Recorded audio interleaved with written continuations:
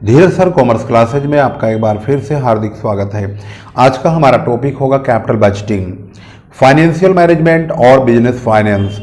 अब की बार दो प्रकार की बुक्स में यह चैप्टर चल रहा है। बीकॉम फाइनल ईयर के स्टूडेंट्स और एमकॉम के फर्स्ट ईयर के स्टूडेंट्स जो कि फाइनेंशियल मैनेजमेंट और बीकॉम वाले बिजनेस फाइनेंस पढ़ रहे हैं, उनके पास यह चैप्टर बहुत इम्पोर्टेंट तौर पर इस बार है। बाकी और यूनिवर्सिटी में कैसे पढ़ाया जा रहा है, किस सब्जेक्ट में कैपिटल बजटिंग को डाला गया है, जाहिर सी बात है मुझे लगता है कि हर जगह फाइनेंशियल मैनेजमेंट में ही इसको डाला गया होगा और उसी में ही यह चैप्टर होगा। अब तो कन्फ्यूजन ऐसा हो गया है, खिचड़ी सी हो गई है, यही नहीं समझ में आता है कि कौन स्टूडेंट किस प्रकार का जो है टॉपिक और कौन सा सब्जेक्ट कौन सी क्लास में पढ़ रहा है। नेशनल एजुकेशन पॉलिसी लागू होने के बाद अलग अलग प्रकार की यूनिवर्सिटीज़ में शायद सिलेबस एक जैसा हो चुका है। उम्मीद करता हूं कि कैपिटल बजटिंग सभी प्रकार के स्टूडेंट्स को पढ़ने में बहुत ज़्यादा हेल्पफुल होगा और यूट्यूब पर बनाई जाने वाली अब जो वीडियो हम बना रहे हैं बहुत ही ज़्यादा साफ सुथरी और बहुत ही ज़्यादा विजुअल्स में भी बहुत अच्छा बनाने की कोशिश कर रहे हैं, जिससे कि आप लोगों को बहुत ही बारीकी से कम समय में ज़्यादा से ज़्यादा क्वेश्चंस कवर करने में हेल्प मिले।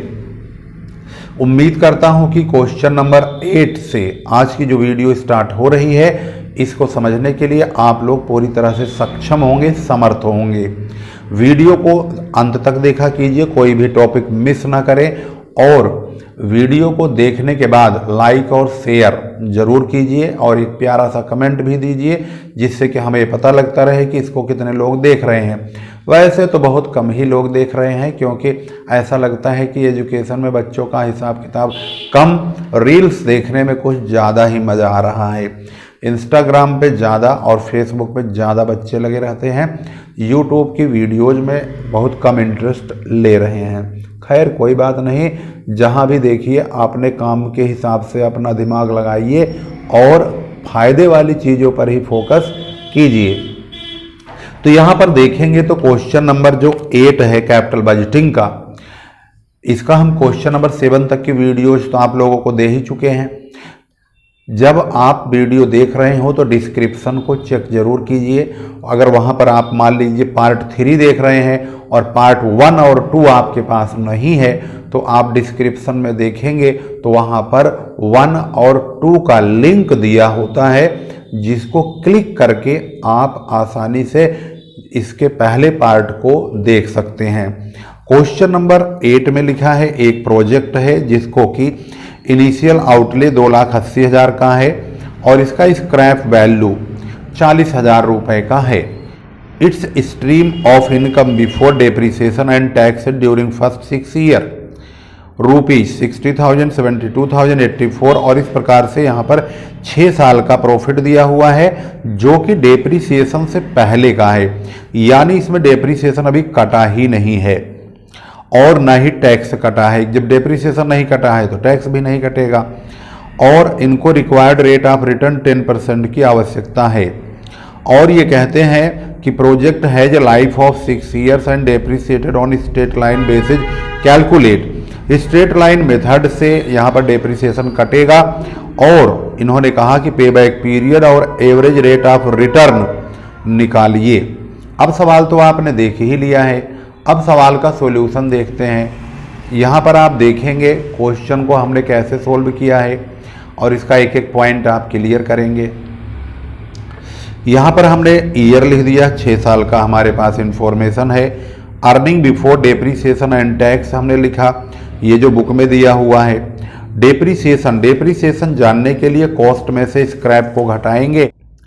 इसकी डेप्रिसिएशन के लिए 2,80,000 इसकी कॉस्ट है, स्क्रैप है 40,000, तो 2,80,000 में से 40,000 को माइनस करेंगे और डिवाइड करेंगे 6 से, तो 2,80,000 माइनस 40,000 तो 2,40,000 आया।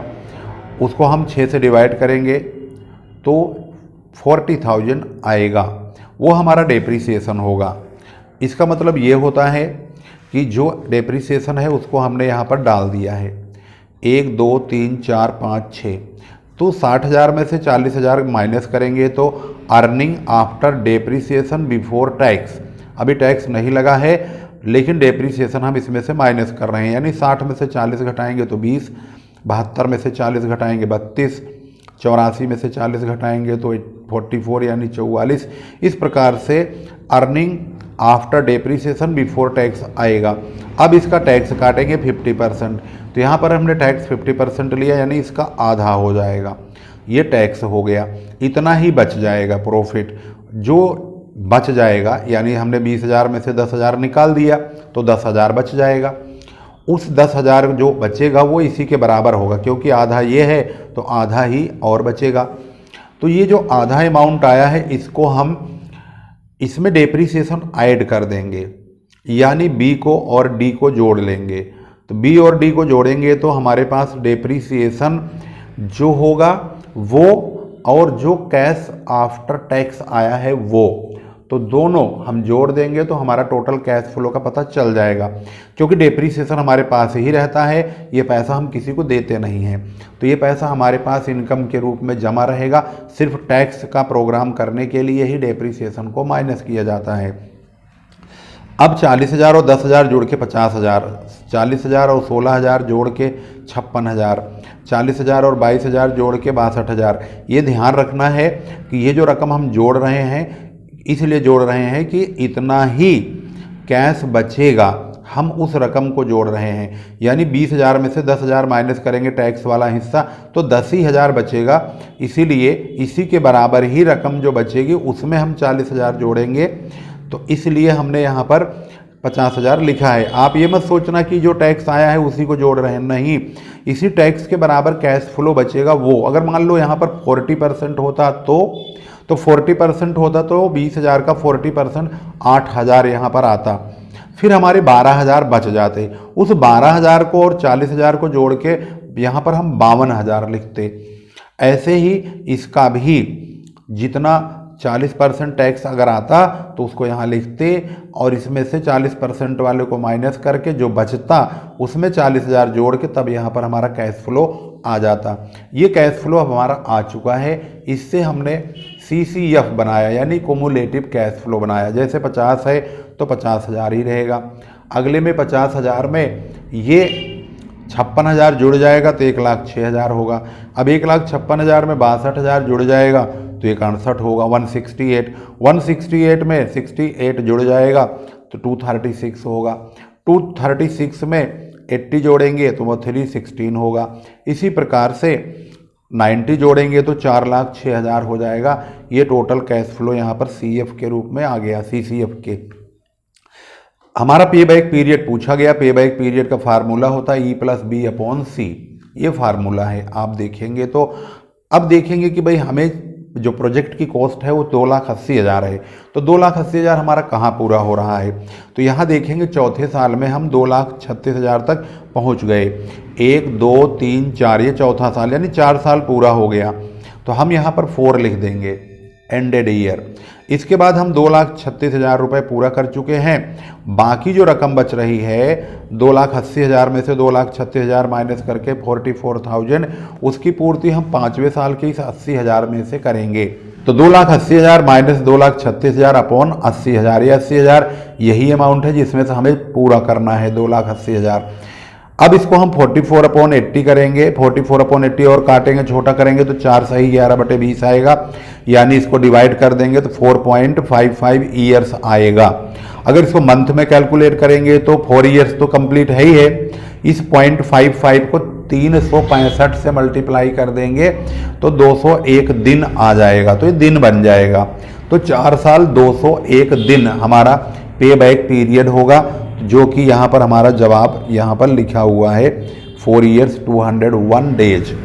अब हम पहुँचते हैं इसका ROI निकालेंगे, जिसे हम एवरेज रेट ऑफ रिटर्न या रिटर्न ऑन इन्वेस्टमेंट कहते हैं। एवरेज कैश फ्लो देखेंगे कितना है। इनके पास जो है 4,06,000 टोटल कैश फ्लो है, यानी ये अगर हम जोड़ देते हैं कैश फ्लो को तो ये हमारा टोटल 4,06,000 आएगा। तो 4,06,000 ये 6 साल का है, तो 6 से डिवाइड करेंगे 67,667 आएगा। एवरेज रेट ऑफ रिटर्न यानी ROI का फार्मूला होता है average cash flow minus depreciation into 100 upon average investment. तो हमारे पास एवरेज कैश फ्लो ये रहा, इसको रखेंगे, डेप्रीसिएशन 40,000 है ही है, इंटू 100 फार्मूले में ही है, अपॉन यहाँ पर लिखेंगे एवरेज इन्वेस्टमेंट। तो एवरेज इन्वेस्टमेंट फार्मूला होता है cost of investment plus scrap upon 2।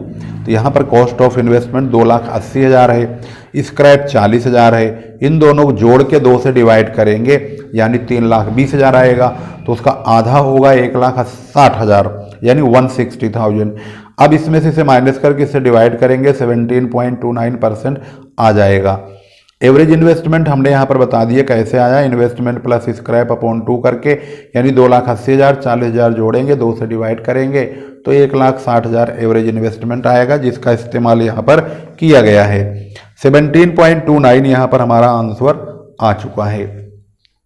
अब देखेंगे क्वेश्चन नंबर 9। यहाँ पर भारत इंडस्ट्रीज लिमिटेड जो कि एक मशीन 5 साल पहले इन्होंने खरीदा था, उसका लाइफ 10 साल का एस्टिमेट किया गया था।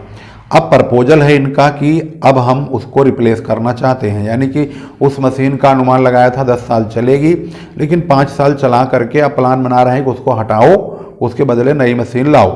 तो नई मशीन जब लाएंगे तो नई मशीन के लिए बोल रहे हैं कि लाया जाएगा, उसकी लाइफ भी 10 साल ही होगी, और existing machine can be sold at its return down value, और जो पुरानी मशीन है वो अपनी रिटर्न डाउन वैल्यू पर बेच दी जाएगी, यानी डेप्रिसिएशन काटने के बाद जो दाम बचा होगा 5वें साल के लास्ट में उसी पे उसे बेच देंगे।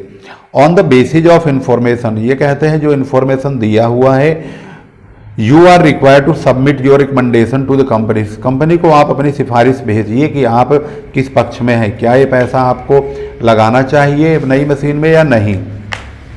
इसके बारे में इंफॉर्मेशन यहाँ पर बहुत धमाकेदार दिया हुआ है। इनिशियल कॉस्ट, ये पुरानी मशीन है 25,000 की है, नई वाली 50,000 में आने वाली है। इस मशीन में घंटे 2,000 घंटे काम करती है, ये भी 2,000 घंटे काम करेगी। इसका मजदूरी का रेट ₹1.25, इसका भी ₹1.25 पर घंटा है। और यहाँ पर पावर है 50 पैसे, इसका ₹2 की पावर, यानी ये थोड़ी हैवी है तो ये पावर ज़्यादा खा रही है।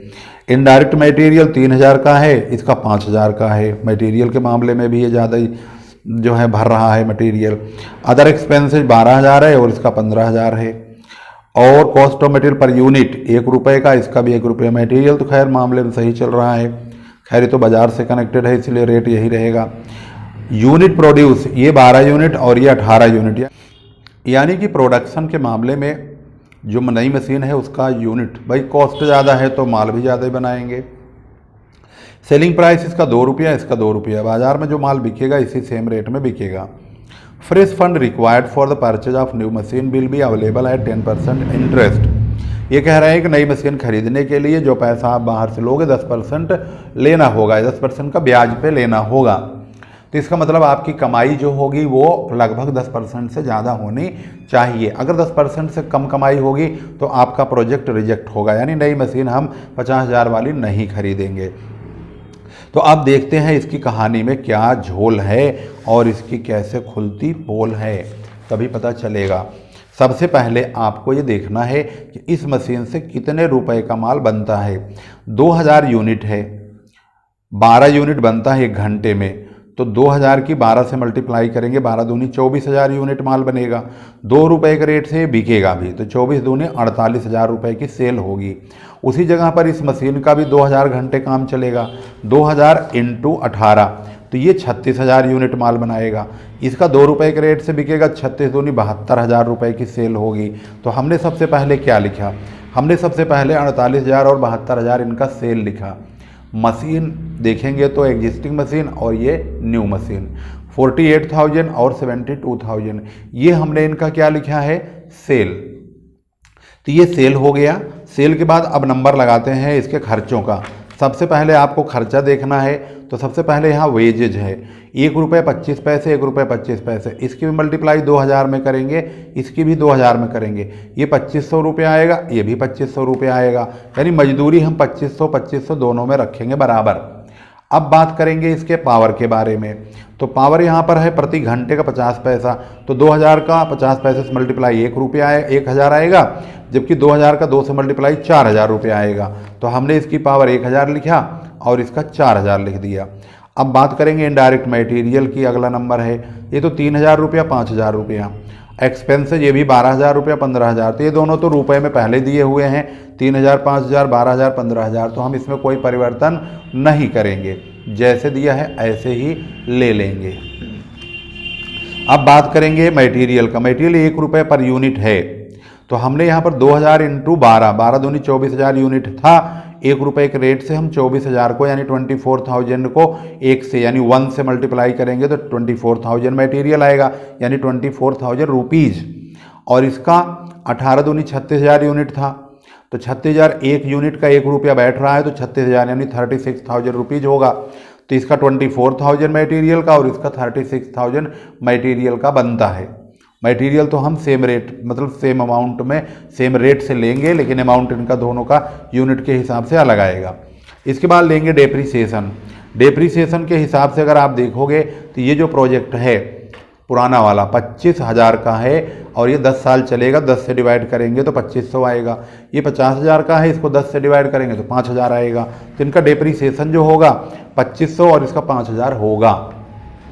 तो अब हम 48000 में से 48000 में से 1 2 3 4 5 6 इन 6 यानी 6 खर्चों को माइनस कर देंगे, तो 24 12 36 4 40 और 5 45000। 45000 हम माइनस करेंगे 48 में से, तो 3000 का हमारा एनुअल कैश फ्लो इसका होगा। और इसका जब हम 72000 में से 72000 में से 1 2 3 4 5 6 इनको माइनस करेंगे तो हमारे पास कैश फ्लो 4500 रुपये आएगा। डेप्रीसिएशन कट चुका है इसमें से, बात ध्यान रखेंगे। इसका मतलब ये है कि 3000 से 4500 की कमाई बढ़ी है तो 1500 रुपये की बढ़ी है, यानी नई मशीन में हम इसकी अपेक्षा 1500 रुपये ज़्यादा कमाएंगे। लेकिन यहाँ पर पैसा लगाने के लिए हमें बाहर से भी पैसा लेना होगा। अब ये बाहर से कितना पैसा लेना होगा, ये बहुत इंपॉर्टेंट वाली पॉइंट है। तो अब ये देखेंगे कि हम कितना रुपया फालतू कमा रहे हैं। तो हम 4500 में से इसमें से इसको घटाएंगे तो 1500 रुपये ज़्यादा कमा रहे हैं। रिटर्न ऑन इन्वेस्टमेंट होगा annual cash flow minus depreciation, तो इसमें से डेप्रीसिएशन ऑलरेडी घटाने की ज़रूरत नहीं है क्योंकि हम डेप्रीसिएशन पहले घटा के लिख रहे हैं। तो 1500 इंटू 100 अपॉन एवरेज इन्वेस्टमेंट। अब सवाल है कि एवरेज इन्वेस्टमेंट कितना होगा। तो अब आप देखो कि ये जो मशीन है पहली पुरानी वाली ये 25000 वाली, इसको हम 5 साल बाद बेच देंगे। इसका 10 साल का लाइफ है, तो हर साल का डेप्रीसिएशन इसको अगर हम 10 से डिवाइड करेंगे तो 2500 आएगा। इसका मतलब 5 साल का डेप्रीसिएशन 12500 रुपये होता है डेप्रीसिएशन। अब 25000 में से 12500 घटा देंगे तो 12500 रुपया इसका वैल्यू बचेगी, स्क्रैप वैल्यू। इसका मतलब ये है कि ये स्क्रैप वैल्यू पे बिक जाएगा, तो यानी 12500 में ही बिक जाएगा। तो इसका मतलब है हमें तो कितना पैसा लेना है, हमें 50000 की मशीन खरीदनी है। तो 50000 की मशीन में ये 50000 की मशीन हो गई, इसमें से 12500 आपको पुरानी मशीन से मिल जाएंगे। तो अब आपको 37500 रुपये बाहर से लेना पड़ेगा। तो यही आपका इन्वेस्टमेंट होगा। इसे अगर हम 2 से डिवाइड कर देंगे तो एवरेज इन्वेस्टमेंट का भी पता चल जाएगा। एवरेज इन्वेस्टमेंट 18750 आएगा। तो हमने यहाँ पर 18750 से ही डिवाइड किया है, तो हमारा ROI 8% आया है। कंपनी का कहना है कि ROI यानी जो बाहर से कर्जा लेंगे वो 10% ब्याज पर पैसा लेना पड़ेगा, जबकि इनकी कमाई 8% ही आ रही है। तो इसका मतलब ये है कि कमा रहे हैं कम, लेकिन इनको ब्याज के रूप में पैसा बाहर देना पड़ेगा ज़्यादा। इसलिए यह प्रोजेक्ट इनका लॉन्च नहीं होगा, यानी ये प्रोजेक्ट रिजेक्ट करना पड़ेगा। Hence proposal of replacement is not accepted. यहाँ पर हमने एवरेज इन्वेस्टमेंट निकाला है, यानी जो फंड हमें रिक्वायर्ड है 50000 रुपये चाहिए, 12500 की स्क्रैप वैल्यू होगी पुरानी मशीन की, उसे घटा देंगे तो 37000 यानी 37500 आएगा। उसे 2 से डिवाइड कर देंगे तो 18750 रुपये का एवरेज इन्वेस्टमेंट आ जाएगा। इस प्रकार से इसका आंसर चेक करते हैं तो इंक्रीमेंटल प्रॉफिट 1500 ये तो ठीक हो गया। फ्रेश रिक्वायर्ड इसमें से इसे घटा दिया तो 37,500 ठीक है। रिटर्न ऑन इन्वेस्टमेंट 8% जो कि हमारा राइट है।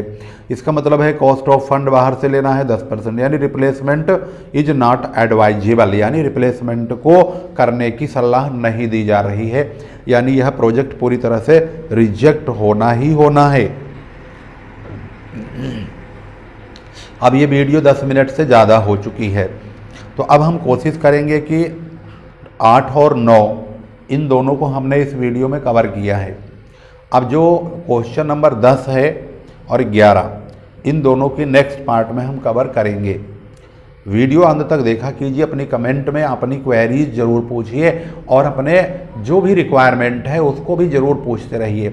अगर नहीं पूछेंगे तो हमें पता नहीं चलेगा, फिर भी मैं भी अनाप शनाप अपनी मर्जी से जो भी वीडियो मेरी खोपड़ी में आएगा मैं वही आप लोगों को भेजता रहूँगा और आप लोग भी बोर होते रहेंगे, फिर मज़ा नहीं आएगा। इसलिए मैं उम्मीद करता हूँ कि आप लोग वही क्वेश्चन पूछेंगे जिसकी आपको सख्त ज़रूरत होगी। सब्जेक्ट का नाम जरूर लिखिए, सब्जेक्ट के साथ साथ में चैप्टर का भी नाम लिखिए। अगर चैप्टर का नाम लिख देंगे तो मैं उसकी वीडियो अगर अवेलेबल होगा तो मैं आप लोगों को उसका लिंक आपके कमेंट पे भेज दूंगा। अगर वह वीडियो नहीं डली होगी तो वह वीडियो शूट करके डाल देंगे। इससे बड़ी बात क्या होगी। वीडियो आप शेयर करते चलिए, औरों को भी देखना बहुत ज़रूरी है। तो आप लोग भी कोशिश कीजिए कि वीडियो अंत तक देखा कीजिए और वीडियो को शेयर ज़रूर कीजिए। शेयर करके उस पर एक प्यारा सा कमेंट भी कीजिए और अपनी रिक्वायरमेंट की वीडियो ज़रूर मांगिए हमसे। जो आप रिक्वायरमेंट की वीडियो मांगते रहेंगे मैं उसी पर वीडियो बनाता रहूँगा। नहीं तो अगर आप कुछ नहीं बोलेंगे तो मैं भी अनाप शनाप जो भी नहीं बना होगा वही बना कर आपको डालता रहूँगा। हो सकता है उसमें कुछ आपके काम की हो, कुछ ना हो, आप भी फिर मेरे चैनल से विमुख हो जाएंगे, यानी मुँह मोड़ लेंगे। तो मैं ऐसा नहीं होने दूंगा। इसीलिए मैं आप लोगों को कहता हूं कि आप अपने कमेंट में अपने वीडियो, अपने सब्जेक्ट और उसके चैप्टर को जरूर बोला कीजिए कि किस चैप्टर की, किस सब्जेक्ट की वीडियो आपको चाहिए, जिससे कि मैं उसी सब्जेक्ट की, उसी चैप्टर की वीडियो बनाऊं जिसकी आपको बहुत ज़रूरत है। और आप उसको शेयर भी कीजिए, तभी आपको भी तसल्ली और संतुष्टि होगी। फिर मिलते हैं अगली वीडियो में, तब तक के लिए नमस्कार, जय हिंद, जय भारत।